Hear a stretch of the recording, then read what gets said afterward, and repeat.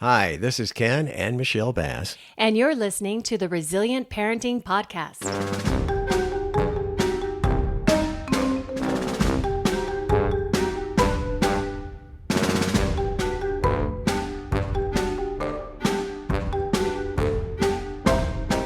Well, welcome to another episode of the Resilient Parenting Podcast. Thank you. We are so happy to have you with us. I'm glad to be here too. Thank you. Oh, this man. Before we get going, before we get going with our episode, I want to just send out a quick reminder. If you haven't already, make sure that you press the follow button so that you don't miss a single episode, and definitely share the episode or any of the link to the entire podcast. That would be even better with friends and family that you know are parenting at any stage, because this episode, this podcast is for you, and the more we can reach, the better. Very good. Thank you. Did I say thank you enough? Very good. Thank you. What? Good info. That was good info sharing. Thank you. I have some info to share too. Oh boy, here we go. Real names of real daycares, child care centers. We've talked about those enough on the podcast. Don't you think? Yes. These are real names. Lots of really great daycares are out there. Oh dear. From across the country. Here's Okay. just some of the names. Small Minds of Tomorrow.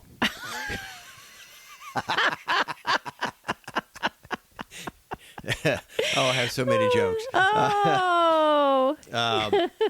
Pooh, They're setting the bar really low Yeah. on that one. Pooh County Day Nursery School. Pooh County Day Nursery School. Yeah. Okay. Tiny Heiny Daycare. I'm not making these up. These are real places in various parts of the U.S. Baby does not have back on that one.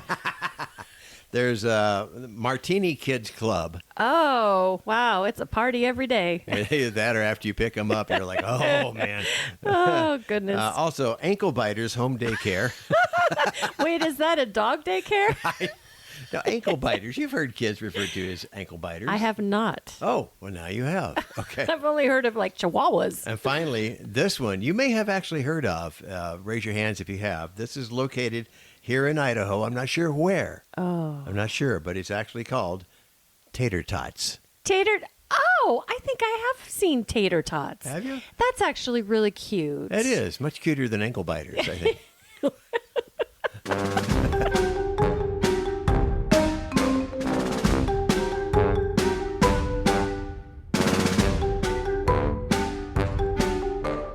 Welcome to another episode of the Resilient Parenting Podcast.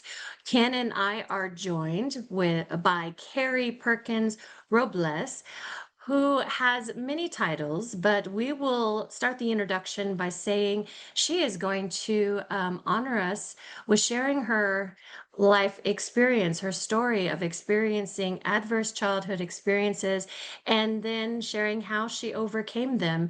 And then based on all of that experience, how she's advocating in the community for others.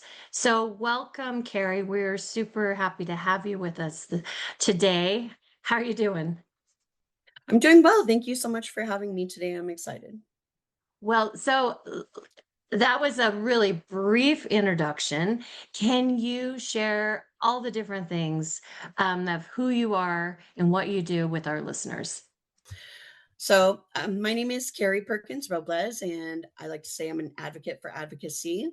I'm a mother of 3 daughters. I currently have 2 in the home, and I'm also raising my niece, so I'm a kinship family. I serve as a lived experience consultant and a strategic advocacy trainer, as well as public speaker. And you can reach me at findyourvoicefindhope@gmail.com. And I'll make sure that that is in the show notes, so you don't have to try to write that while you're driving. But Oh, yeah. thank you so much. Oh no, you're fine. So much for sharing all of that. And today is going to be a little bit different. We're going to have some stories that might be triggering to folks. So can you share a little bit about what your warning is for folks that are listening?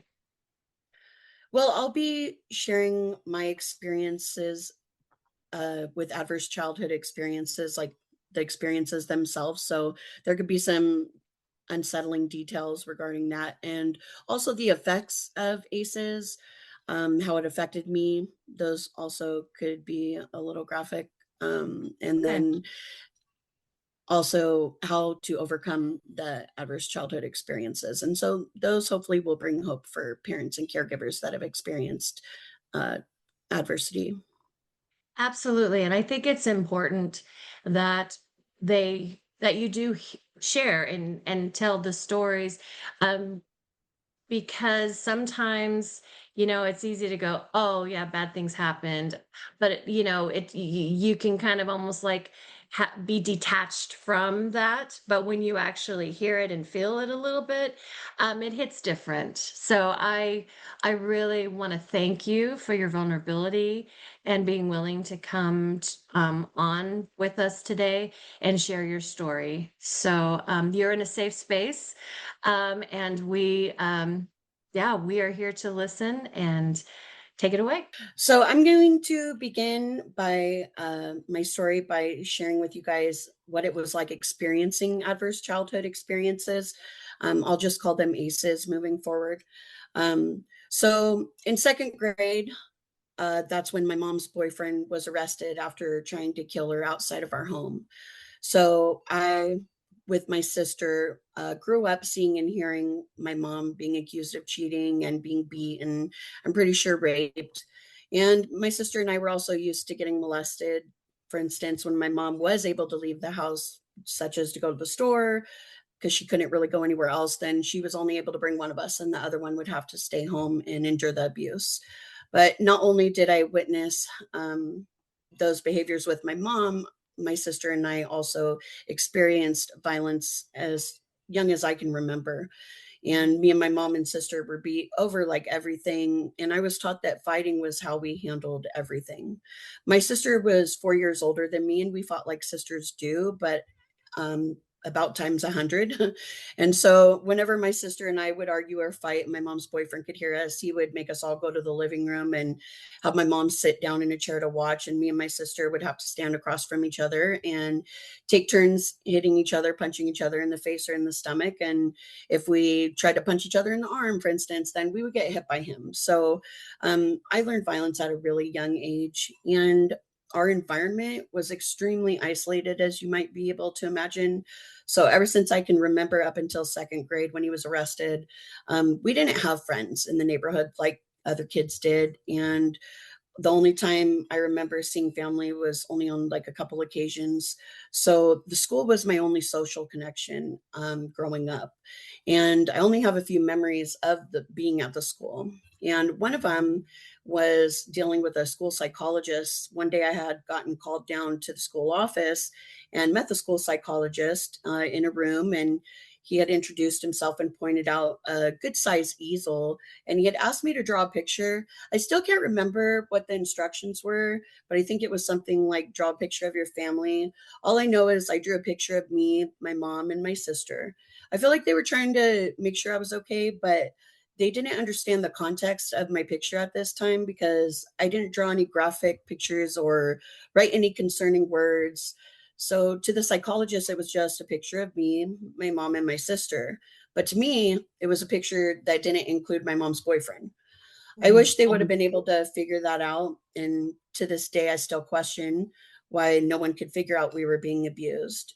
And I've had a few family members and friends tell me as an adult, that they knew something wasn't right or they knew something was going on, yet no one said anything.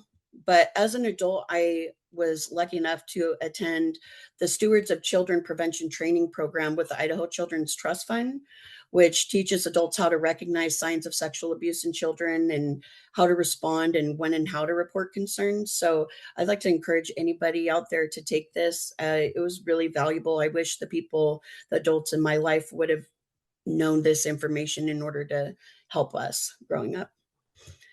And as far as attachment, my mom never really showed us emotional or physical affection growing up and never really played with us or sat and talked with us. I think it was because she was going through a lot after and during the abuse. And so I look back and it makes me sad that I never had the opportunity, but I do try to do those things with my own children now. The last part of my adversity as a child was living in extreme poverty.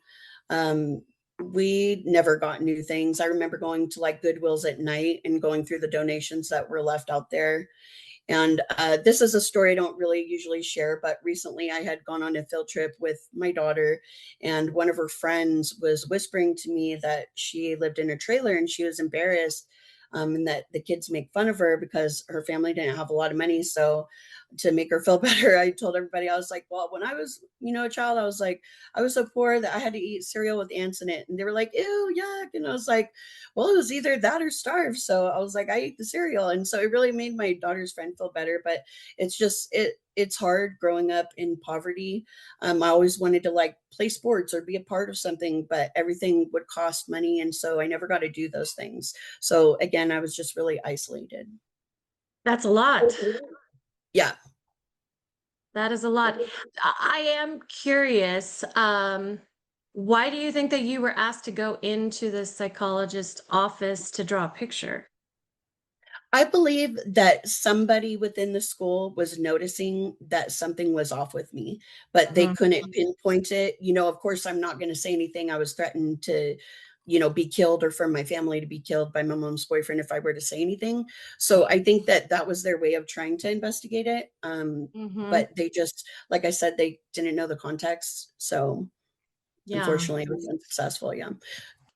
I just wanted to share because a lot of people don't know this, but I had a similar where I was brought in elementary school and asked a lot of questions, and I remember saying I didn't want to get my parents in trouble, so I didn't say anything because they were asking things, and I didn't say anything, and so for folks, based on I heard you say. Um, I don't know how they didn't know. Um, and they brought you in because they knew something was going on. And then, like, even in my situation, it wasn't anyway, I'm just going to say right now, nothing even close to what you experienced. Okay. Um, but I also knew that I didn't want to be taken away from my parents. Um, what would you say right now in that situation that you were clues that maybe the professionals missed? Or was there a question they should have asked? Well, with the professionals, like, and at the school, I feel like they did the best they could. But with the individuals in my personal life that were my mother's friends and Mm. our family members, those are the people that I feel like could have known more and did know more because they saw signs. They knew that we were all kept extremely isolated and not allowed to go anywhere. They know that they weren't able to see my mom. Like, I only remember going over to my grandparents' house like one Christmas and then another Christmas when my mom had gotten beat really bad and we had to stay the night there. Um, so I feel like that. And then also the fact that they knew that she was only allowed to bring one of us to the store and then the other one would have to stay there. So I think it was the extreme isolation that was like a big concern. And then I guess I've heard the way that I would cling to my mother if we were ever around people that caused some concern for a family Okay. friend that they thought was like abnormal because I was just like extremely scared to be around other people. So in situations like that, to lean in with curiosity and Yeah. support, um, uh, what do you need? Is everything okay? Kind of thing versus ignoring it. Yeah. And I don't think many people know how to deal with those kind of things, because like I said, I learned a lot from the stewards of children. I think it's called the training for the sexual abuse, but it kind of goes to apply to anything, whether it's like regular physical abuse or what have you. But I don't think many people know of how to deal with that or address it when they notice things that are concerning. And so I think that curiosity piece is appropriate for like people, whether it's your neighbor or whether it's a family member. I think showing that care establishes that relationship aspect, which is also a protective factor, which can help people through hard times and open up, because there's a lot of shame when the adults are experiencing like these types of relationships. Yeah, and so knowing what you experienced, what do you think would have been more helpful? And I do know, like, I'm a mandated reporter.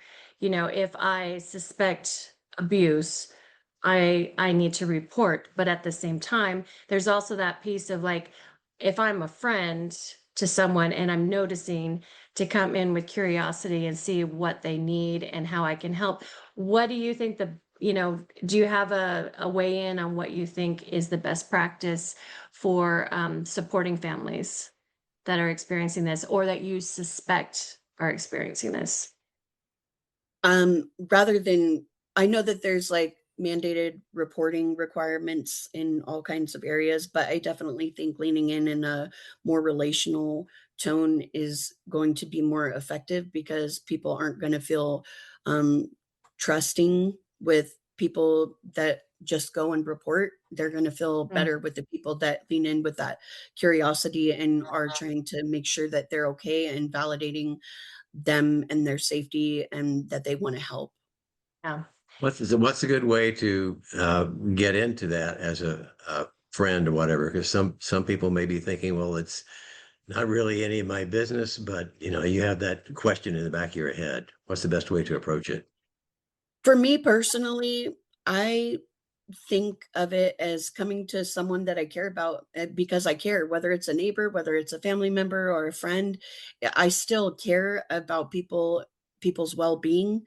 And Mhm. so I think just expressing that in the beginning and stating like, hey, I notice this and this, the specific things that you're noticing that are a little concerning, and just saying it's a little concerning to me and I just want to check in and make sure everything's okay. Do you need anything? Like, I think that's the way to start the conversation. And I think even if people aren't willing or able at the moment to open up about it, I think maintaining that kind of relationship is how eventually, if people are experiencing those kind of issues, that they will feel trusting enough to open up. Right. You've started the conversation and that you're letting them know that you're a safe person that they can come Yeah. to and have Yeah. that conversation. So absolutely. And then, like you said, coming from curiosity and care, um, really can make a difference. And if you have like a gut feeling, listen to it. So moving on so that was your experience. What was the impact of that in your life? So the effects of the adversity I experienced as a child weren't exactly apparent as soon as I became an adult. I mean, I had ended up in domestic violence relationships myself and had some issues with addiction, but I was overall functioning okay until I became a victim of a violent crime. I was in my like mid 20s or early 20s, and I had a crystal glass beer mug thrown at my face from about 3 feet away, and I had about 32 stitches in my face and like 12 on my neck. And after that, my whole life had changed. So at the time, I had been attending college, and before the assault, I was getting awards for perfect attendance and being on the executive director's list and the dean's list for my grades. And everything was going pretty good in that sense. But after the assault, things just really changed for the worse. And I was forced to take some time off of school until I could leave the house again, because I had quit talking to my friends. I had told them about the assault, but I didn't have the language to describe what I was really going through.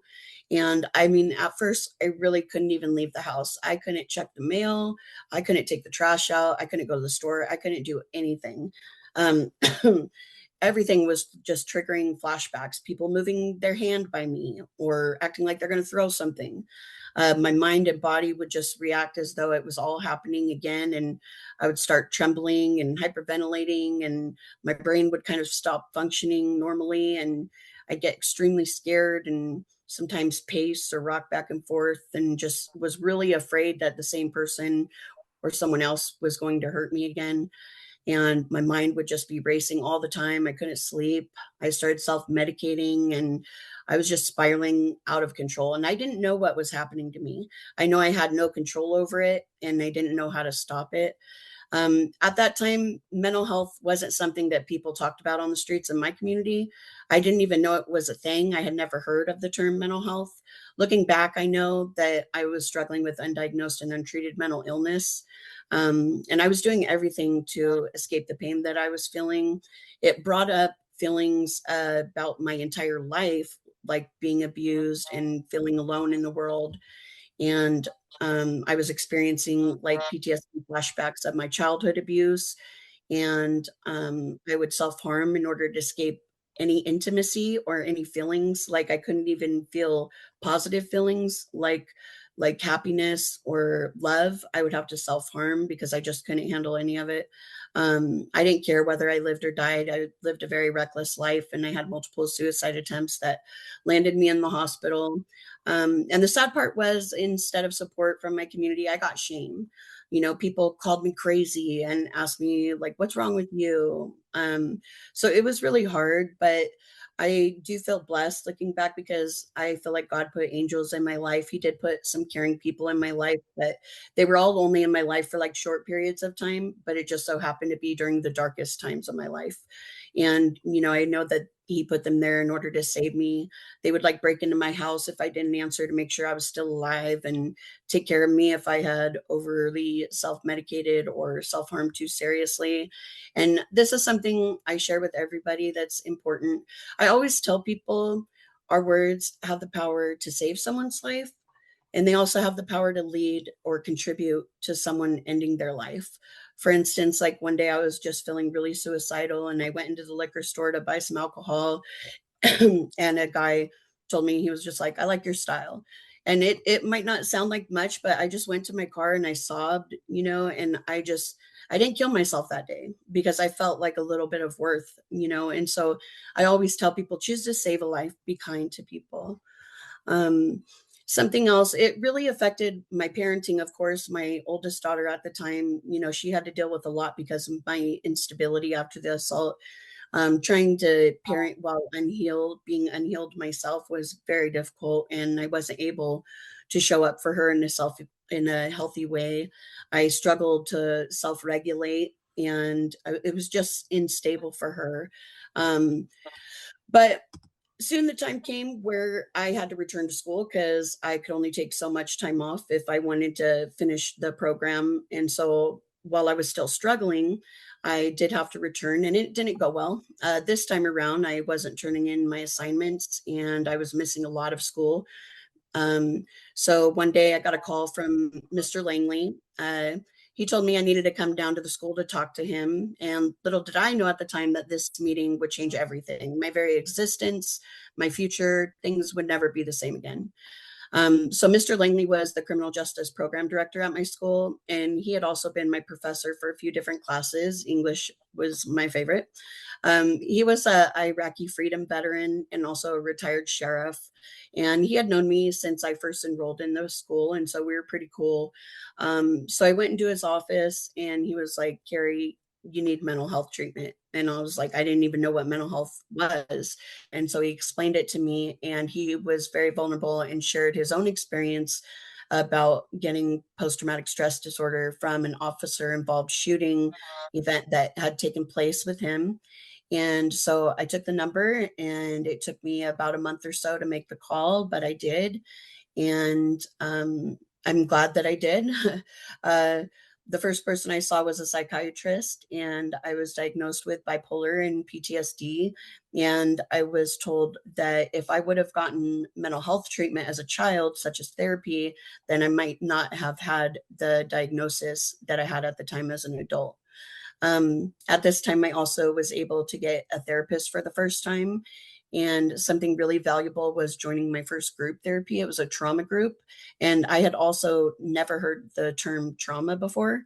And I was part of this group, and I just can't tell you how good it felt, not to hear that other people had experienced adversity, but just to know that I wasn't alone, and that everything just made sense. My behaviors, the way I was feeling, my thoughts.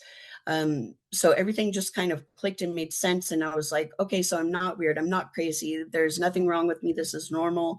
And it really inspired me to just be excited that there was actually help available. And so I engaged in therapy for years. And therapy is what kept me alive. Mm. For a very long time. And I ended up having two more children, and I was functioning better than I had after the assault originally, but I was still occasionally experiencing like PTSD flashbacks and being a little isolated, having a hard time leaving the home. But my children began attending Head Start, and there I felt really valued and included, and I was able to find my voice, and I found out how to be an advocate. I was trained in advocacy, and I found out that advocacy was a form of healing for me. I went to the State House and to Washington, D.C. twice to advocate with Bill Foxcroft, the executive director of the Idaho Head Start Association. And I'll just never forget how encouraging Bill was. I would be freaking out like before the meetings, and I'd be having a script of my advocacy uh, script like laid out and reviewing it and getting ready and just like almost having a panic attack. And Bill would be like, "It's okay, Karey." And he'd just look at me all calm and like encouraging with like these nice soft eyes and just be like, "You could do this. Like, you're just like everybody else and you're going to do great." And I mean, people don't realize like how big of a deal and how big of an impact just some kind words of encouragement can make for people. And for me, it made all the difference. And because of that encouragement from Bill, I was able to strengthen my advocacy voice and get into advocating in other venues as well in a confident and impactful way. And so I'll never forget that. And I really appreciate that. Um, and along with the Head Start experience, I was experiencing the flashbacks, and my psychiatrist recommended that I see an EMDR therapist. That's the EMDR stands for eye movement desensitization reprocessing, and it's a form of trauma therapy that gets both sides of the brain working so that you can kind of reprocess the trauma without freaking out, is how I would put it, in a manageable way, and where you can kind of retrain your brain with those belief systems. And so I use psychology today. I started kind of interviewing the therapist myself so that I could pick like somebody that was the best fit for me. So I've been with my EMDR therapist for about 6 years now. And the EMDR allowed me to like not have to take prescribed medication to function in society and in public. It also kind of alleviated the flashbacks unless there was like a big trigger that took place that caused them to come back. But I still struggled with like my thinking within myself and about life. And now my therapist and I are getting into internal family systems. Mhm. And we expect me to be able to actually heal all the way. So I want to go back before, because you had been talking about how before the incident that Mm, happened, you had talked about how you were doing really well in school and you were doing, there was a lot of things that were going well for you. yeah, What do you think was the reason that you were able to do well at that time before this big event happened to you? I just don't think that everything had hit me yet. Like my mental Okay. health, like the symptoms didn't really show up until after the assault. It triggered not only the effects from the assault, but all the trauma from my entire life. Okay. That's when I heard that I was like, okay, there's something right there that because I think a lot of people hold past experiences and they think that they're doing okay, and then Yeah, something happens that triggers Opens the floodgates, opens the basically. floodgates. And so yeah, if they don't do the work, they don't do the the, like you said, the therapy and all of that, that it will show up. So some people will be like, I thought I was okay, I thought I was past yeah, this. So I just wanted to normalize that a little bit because what you're experiencing, what you experienced, I think a lot of people, different levels of, what they've experienced, but it still has impact on their life. So moving forward, I know really briefly, if we could just talk about, the five protective factors and how that came into play. I know that therapy clearly has been a really beneficial support for you. But what are some other things that helped you with the five protective factors, and then why? Because we talk about it all the time on our podcast. Many guests have come on and talked about the importance of the five protective factors.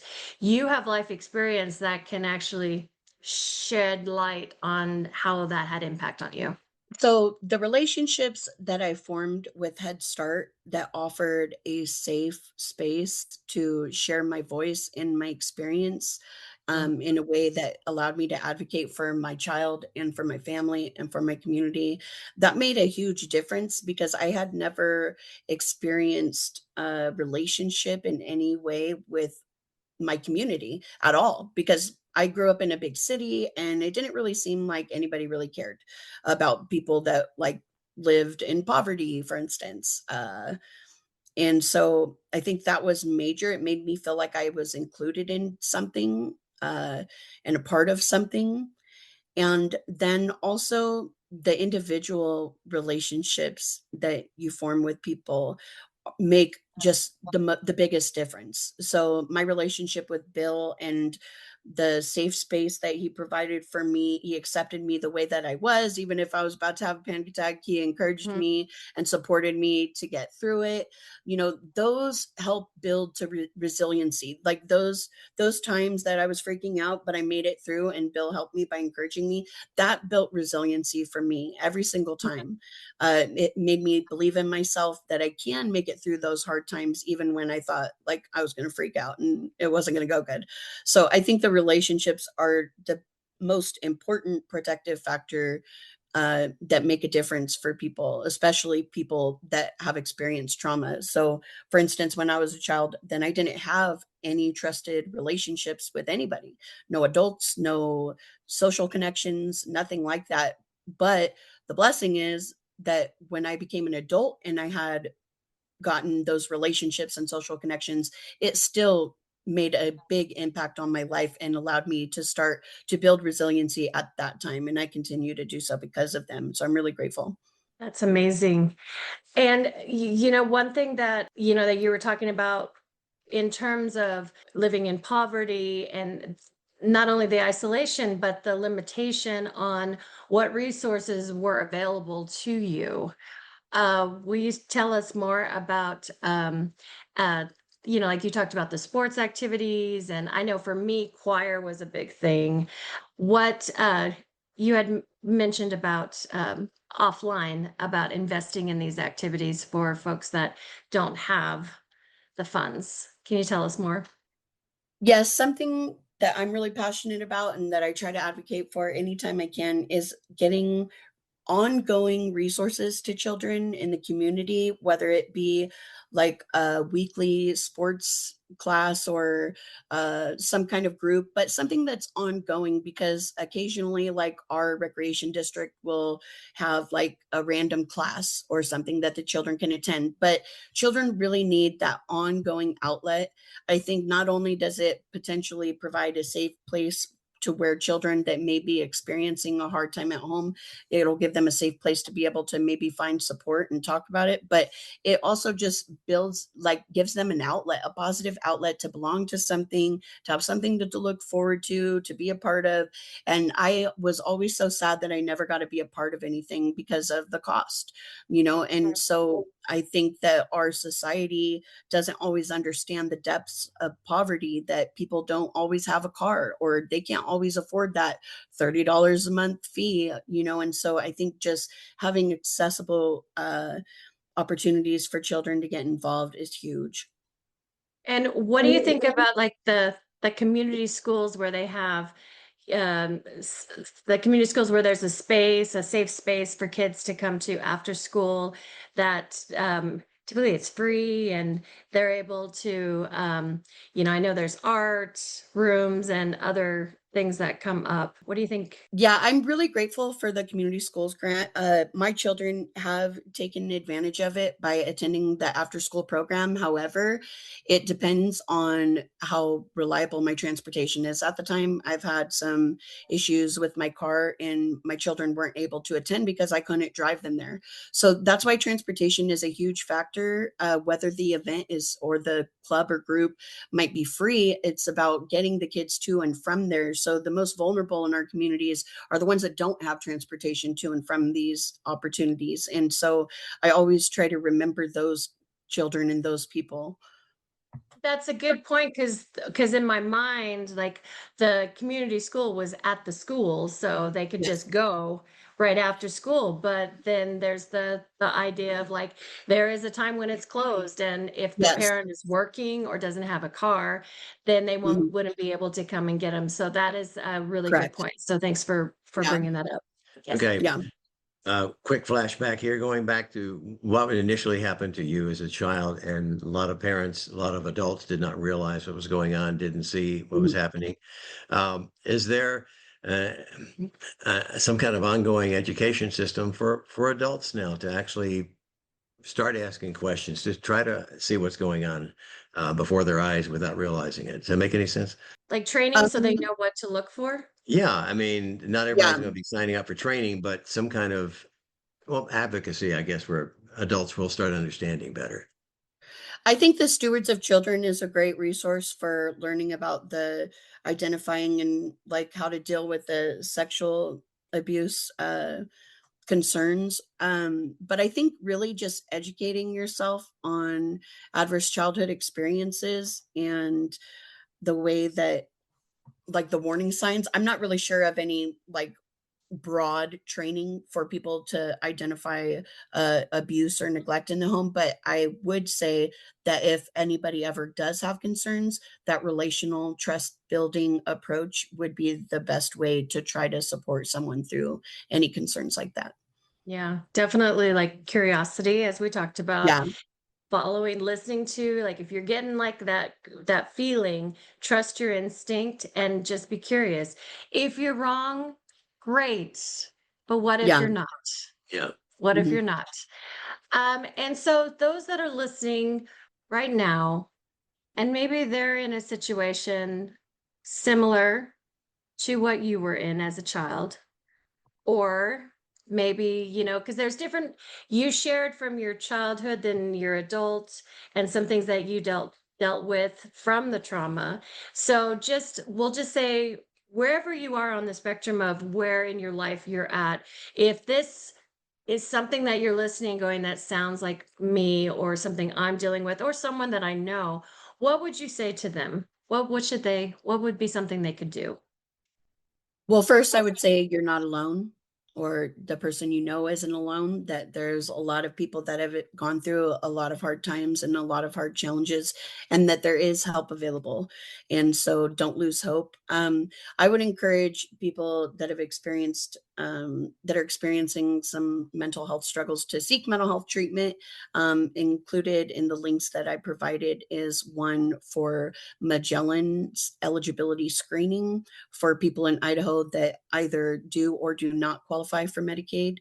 And it's a great first step to try to find the treatment that you deserve if it's something you're interested in. And also, the Psychology Today, if you're looking for providers, is a great way to read about different providers and what they have to offer. I'd also just like to offer myself, if anybody is beginning this journey and is hesitant or nervous or doesn't know how to navigate it, you can always reach out to me at findyourvoicefindhope@gmail.com. I'd be happy to support you through your journey and lead you to the resources that can help you along the way.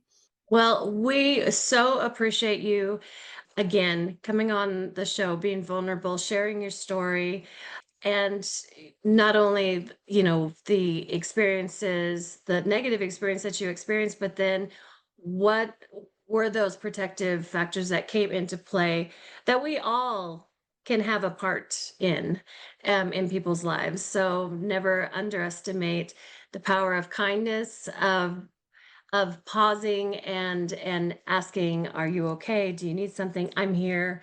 Just hearing your story may enable somebody to actually speak up themselves about what's been going Yes. on with them. Yeah. And seeking help. Yes. Yeah. Yeah, Yes. Yep. absolutely. Well, thank you so much. Everything will be in the show notes, so it'll be easy for you to access. And we just really want to say thank you again, Karey, for joining us and sharing your story. My pleasure. Thank you so much for having me. And there's always hope. Don't forget. Always hope. Okay. Thank you. Thank you.